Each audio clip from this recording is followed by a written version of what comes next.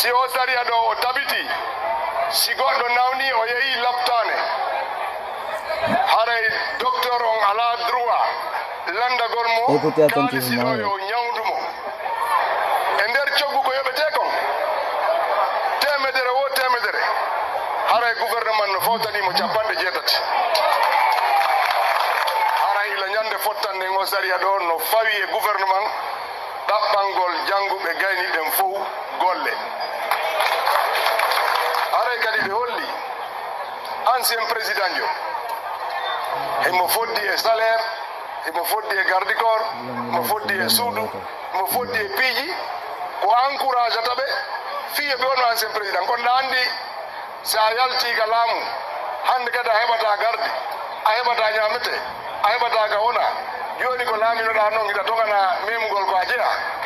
ɓe liña ɓe annda ko yelo addorɗa ɓe liña ɓe annda ko si hewti 500 personnes fuɗɗoɗen yewtere meɗen nden si hewti 500 personnes fuɗɗoɗen yewtere meɗen haray no mi tori ko sakitanen yewtere meɗen nden ko fuɗɗodiren ɗo e programme ji ɗi ƴetten sori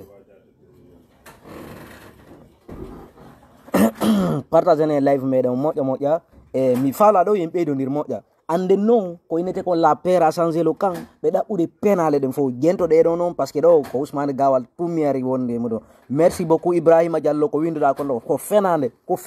ɓe fenay nani son jentoɓe ɓe ko fenay ɓe jentoɗe noon par ce que ɗo mi ala hay e hawjinde hay fus bari bobol islam salut ça va frère e welti moƴƴa moƴƴa komi yiyatama comme diallo fruit ça va frère ça fait longtemps je te vois pas et leluma Souleymane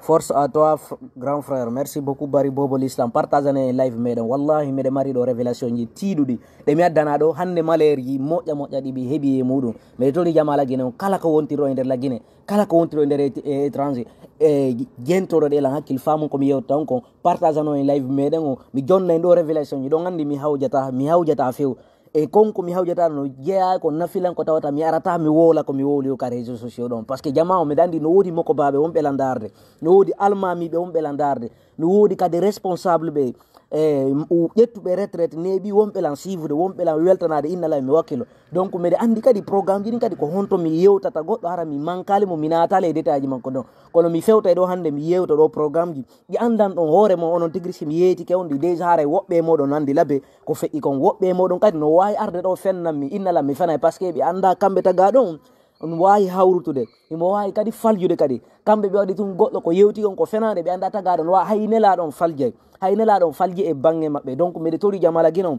ande si mi ari ɗo mi feni yiltanela ma o fiyoni min nani simi feni par ce que miɗe andi tagaɗon onon on andata si goɗɗo falji aron hiltanon mo inna mo o falji donc nayon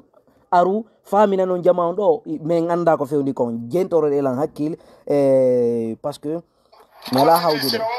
projet mum o woni ɗo wona kaydiri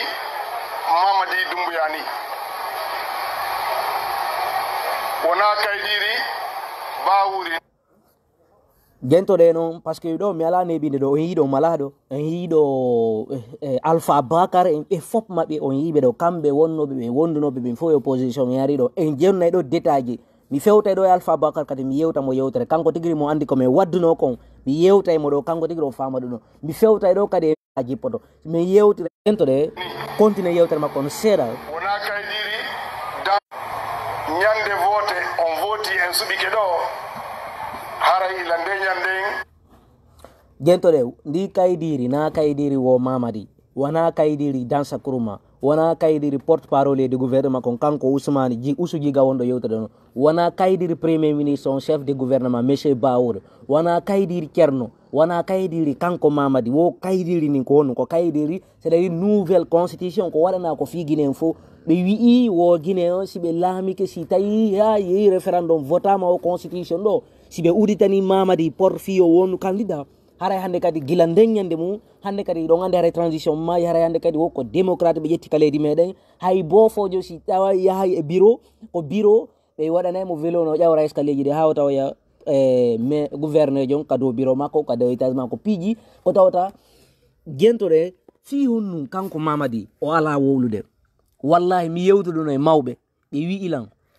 iɗon andi ko inete Mamadi minni min mi anda wo konko Mamadi konko wiyeteɗon Mamadi on nanata kon ɓe wiya konko inneteɗon Mamadi na ɗum yalti zéro na ɗum yalti fus minni mi anda o inni on watte hakkille moƴƴa ndaaro hara no woodi no lanɗo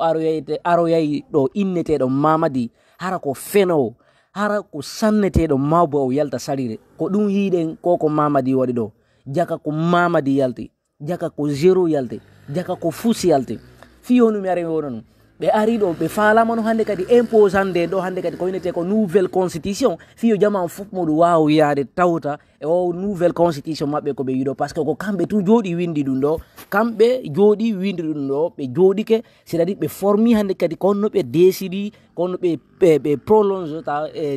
transition konno ɓe juutinirtamo konno ɓe hujjirtamo ɓe yaadora e muɗum fameɗo no hande kadi ɓay tun iɗon andi depuis 5 septembre 2021 en yi programme ji ƴettaɗe ɗin fof muɗum hay e fus e muɗum koɓe torino kon ko 15 mois timmi ɓe noddita joɗagol autour de la table yoyi jama on aru yoɓe yeeto jama on ko honno ɓe organisirta élection ɓe inni ko ma 2 ans on timma 2 ans on timmi ɓe landa ko honno ɓe organisirta élection ji ɗin ɓe inni ko ma 31 décembre hewta 3 ans on timma 3 ans timmi ko 4 ans si 5 septembre hewti ara Mamadi ɓe waɗi 4 ans ko pouvoir ɓe andinalen ko honde ɓe waɗata mise à jour transition si ɗum ɗum fewi ande koko ɓe woni promude ɗo koko ɓe woni formude ɗo ɓe inna ɗo kamɓe wuyi nouvelle jokke si tawi ɗum ɗo imposama gila ñande vota nden gila nden ñande mum yawri yeeso si tawi Mamadi joɗitike haray hande kadi ɓe ƴetti saɗaji disposition ji fi sukaɓe ɓen fi bofoɓe ɓen fi nawnuɓe ɓen fi hay sa yehi ka hôpital sa hewti toon a fuɗɗi sode lekki maɗum docteur yon o ñawdima wo a yoɓi mbuɗi maɗi ɗo sayde kamɓe ɓe lannuma ñawdude ɗin noon mi yeeto ɗon waɗoyta few waɗoy ala ko promesse ko ɓe yewtano en ɗo Mamadi o ini no o kenguineno doit mourir pour la politique ko on base on doit ɗon retendre réintégrer on base on faamu moƴƴa ko yewti kon konko engage no est ce que ɗum no wawi marsude ko jama hombo ko rewɓe men jeelo wona viole de kabiroji Conakry ɗo ko rewɓe men ko Baltasar ɓe tu wonno yide ka nder groupe uji ko nder bureau ji ɗo si ɗum noon feƴƴi faami hunde wotere konko ɓe impose no ɗo on yii ko feƴƴi kon géré kore 1er décembre est ce que jama on woodi no ɗon mawɓe yeetiɓe lan kadi wallahi wonɓe géré kore ɓe inni kamɓe ɓay tum ɓiɓɓe maɓɓe ɓe mayirini ɓe yawno Conakry fi yiiɗu gouverneur on Conakry fi darugol ko honno ɓe heɓirta récompense seeɗa fi ɓiɓɓe maɓɓe ɓen ko wara kon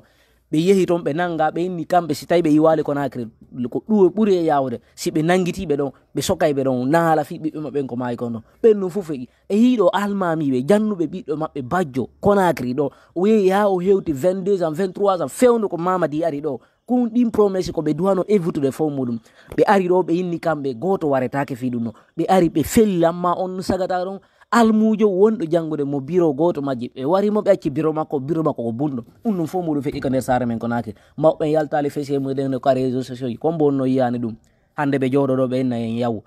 nawdo o oni ko ma gouvernement ñawdamo taw si o yeɓa mbuɗi makko ɗin ɓe imposana en ɗoppiji yiɗen addanede ɗo programme ji ko tawata yaltoyay yen jokku e yaw jokkode koɗe guine en ala hakkille si en jokki koko ɓe woni imposande en ka leydi meɗen ɗo en yahata nil part en yahata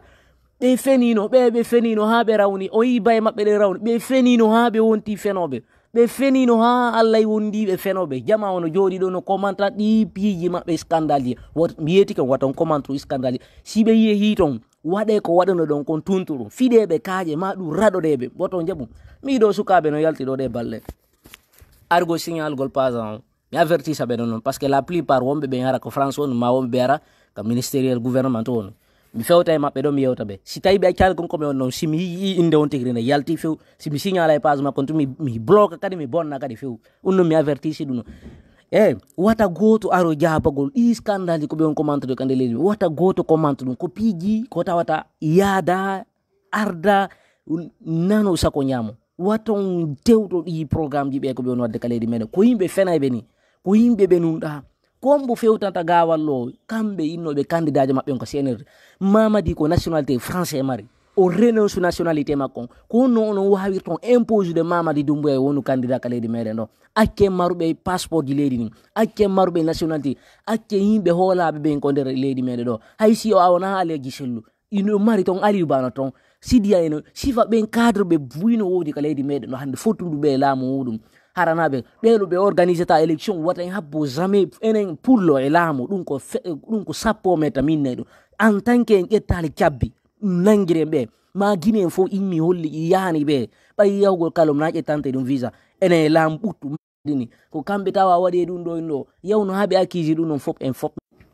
ɓeɗe tori jama o wata ko ɓeynataro vision 2040 kono vision 2040 ande par mois si ɗum ɗo wona ko 20 millions pardon mi anda ko 200 millions de dollars kako 20 millions de dollars par mois en tout cas ɗo ko buuɗi dongal par mois siko ane ɗo miɗa andi yaha ha 200 millions de dollars par ce que ko hunde nde yawata lan ande kadi simandu kadi ko gouvernement ko 5% mare ma 7% mare ɗum ɗo se jooɗike ɗo sikkiɗo wi vision 2040 lagine wonta e paradis pale wona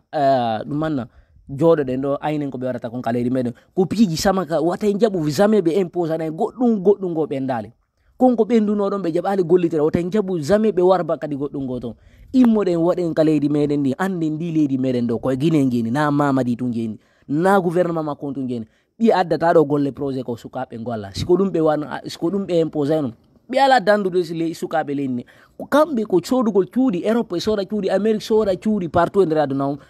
faminana ɗo jama enen yalten ɗo wartano ɗen ɓe fi 20 000 francs daare laawi ɗin koɓe yaari kon laabe daare laawi hakkude moɗon e Allah daare laawi koɓe traversé iɓe jooɗi ɗo ɓe ayniti ɗum noon ɓay na hélicoptére ɓe ƴetti ɓe laabe na hélicoptére ɓe ƴetti ɓe yeppita ko otoje maɓɓe ɗen ɓe ƴetti muɗum ɓe yaadi e muɗum jama no suti ɗum noon hiɗo yaade suti noon Mamadi Doumbouya kamɓe kala maɓɓe bandi o mi toriki Allah yo Allah heeƴo hakkude meɗen Allah heeƴi hakkude men ki yangi amin ki bonata duwawji ɗin ɓaytuno jaɓade meɗen continue combat o en yahawe kadi ha tawata wawi Alpha Condé o constitution mo ɓe woni imposé ɗo ko sini fani Alpha Condé imposé no tawi yahoya